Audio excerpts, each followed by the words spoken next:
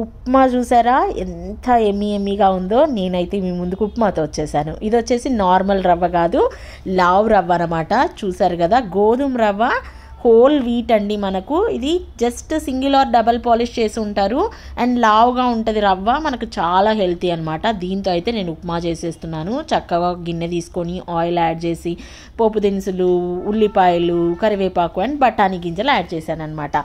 ఇవన్నీ కూడా అలా వేగుతుండగానే గుప్పడు కొత్తిమీర తీసి అందులోకి యాడ్ చేశాను అండ్ ఎండుమిరపకాయలు వేసాను. పచ్చిమిరపకాయలు కావాలంటే అవి కూడా వేసుకోవచ్చు, కాకపోతే మనం అర్జెంటుగా కట్ చేసుకోలేనప్పుడు గబగబా అలా తుంచేసి అవి వేసుకోవచ్చు అని చెప్పి మిరపకాయలు వేసాను. ఇంకొక హాఫ్ క్యారెట్ ఇందులోకి యాడ్ చేసి చక్కగా అలా వేయించేసుకొని 4 గ్లాసులు వాటర్ పోసుకోవాలి కదా 2 గ్లాసుల రవ్వకు. నేనైతే ఇంకాస్త ఒక హాఫ్ గ్లాస్ వాటర్ ఎక్స్ట్రా పోసాను రవ్వ ఉడకడం కోసం.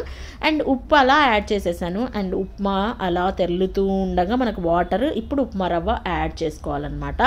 ఈ ఉప్మా రవ్వ యాడ్ చేసిన తర్వాత ఉప్మా ఉడుకుతుంటే వస్తుంది చూసారా గోధుమల స్మెల్, సూపర్గా ఉంది. అండ్ ఈ ఉప్మా చాలా హెల్తీ అండ్ మీరు కూడా ఖచ్చితంగా ట్రై చేయండి. ఉప్మా ఏంటి చూపించేది, ఇది అందరికీ తెలుసు కదా అని మీరు అనుకోవచ్చు, బట్ ఉప్మా అయినా సరే కొంతమంది ఒక్కొక్కరు ఒక్కొక్క వెరైటీలో చేసుకుంటూ ఉంటారు కదా. అండ్ ఇదైతే చక్కగా నిమ్మకాయ పచ్చడితో సర్వ్ చేసుకొని తింటున్నాము. నేనైతే మమ్మీకి ఇచ్చేసాను. అండ్ నిమ్మకాయ పచ్చడితో తింటూ ఉంటే మమ్మీ తింటున్నా నాకు నోట్లో నీళ్ళు ఊరుతున్నాయి.